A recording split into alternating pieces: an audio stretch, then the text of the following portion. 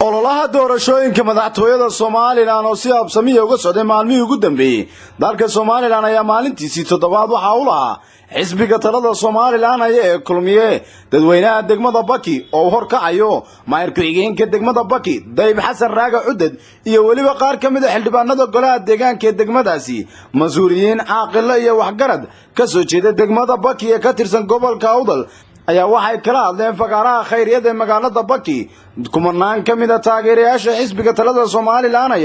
ee degmada Baki ugu horeyn waa kuwan hadda mas'uuliyiintani oo shacabweynaha ka codsanaya inay codkooda siiyaan mar kale xisbiga talada Soomaaliland ee kulmiye si loo sii anba qaado dhabada horumarka ee uu ku taagan yahay xisbiga kulmiye laba xushaaka hadhay wada hadalba farasiga gagadina dufaaquna fardoquna farasiga gagadina waa la joogaa in yar baynu hadhay inagu wax loomaan haysanaa wax qabadkiisaan haysanaa wax tarka u qabtaan haysanaa shalay maanta ka dambaysa shalay anigu wadani baan hortaa maantana kulmiyaan ahay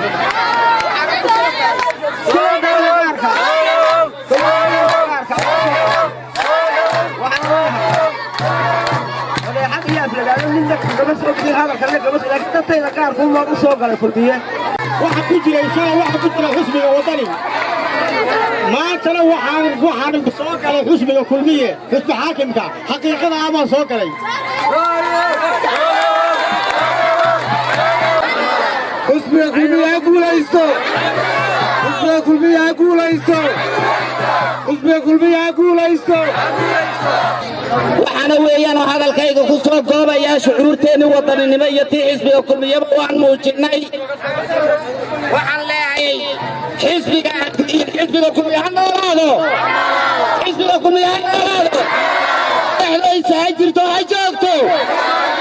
xisbiga kulmiye ha noolaado ballankeenu sow inaan kulmiye in cod ka siin sow maaha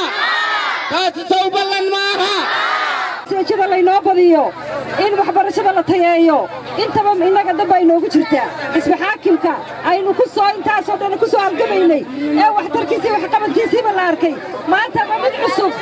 awrlayliya ayaa wax ku rarta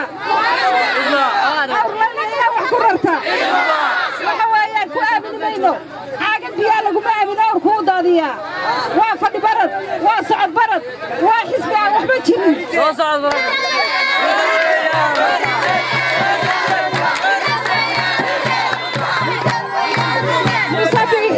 musabiixi cabdiraxmaan seenixi waxa weeye waa rag go'aan leh go'aanku kama soo hadho waxtarka nin aan waxba bayrbayrayo oo wuxuuba ku cusub yahay oo 12 sano baarlamaanka fadhiyey oo maalin kaliya waxtar aan ka muuqdo Soomaaliland maynu ku aaminaa masabkeena waxa taagantiin qorraxda ilaa saacadaas qorraxda taagantiin waxaad u taagantiin waa maxay inaad codkiinna cududiinna iyo xooggiinnaba ku caawisaan soo maaha waxaan indhii sheegayaa innagu waxaan nahay kulmiye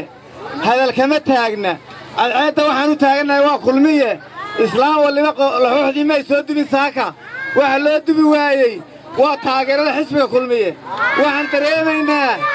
qofku waxauna taageersanayn cadceedda uma taagnaan karo sow maaha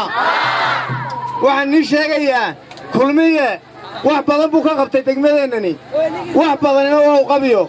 waxa qabyadana dhammaystiraan way ka go'an tahay soo maaha waxaan inii sheegayaa maalintii hore waxaan isku sheegnay ayaanteeda inaan halkaa aan joogna haddii alla qadaro aan xafladdii ku qabsan doonno xafladdii guusha aan ku qabsan doonno soo maaha waxay noo ballana waa la kala adkaaday doorashadu way dhammaatay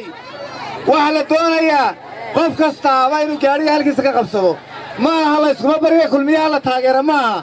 kulmiya wuu guulaystay guusha ka mid noqdaan lilehe guusha laga mid noqdo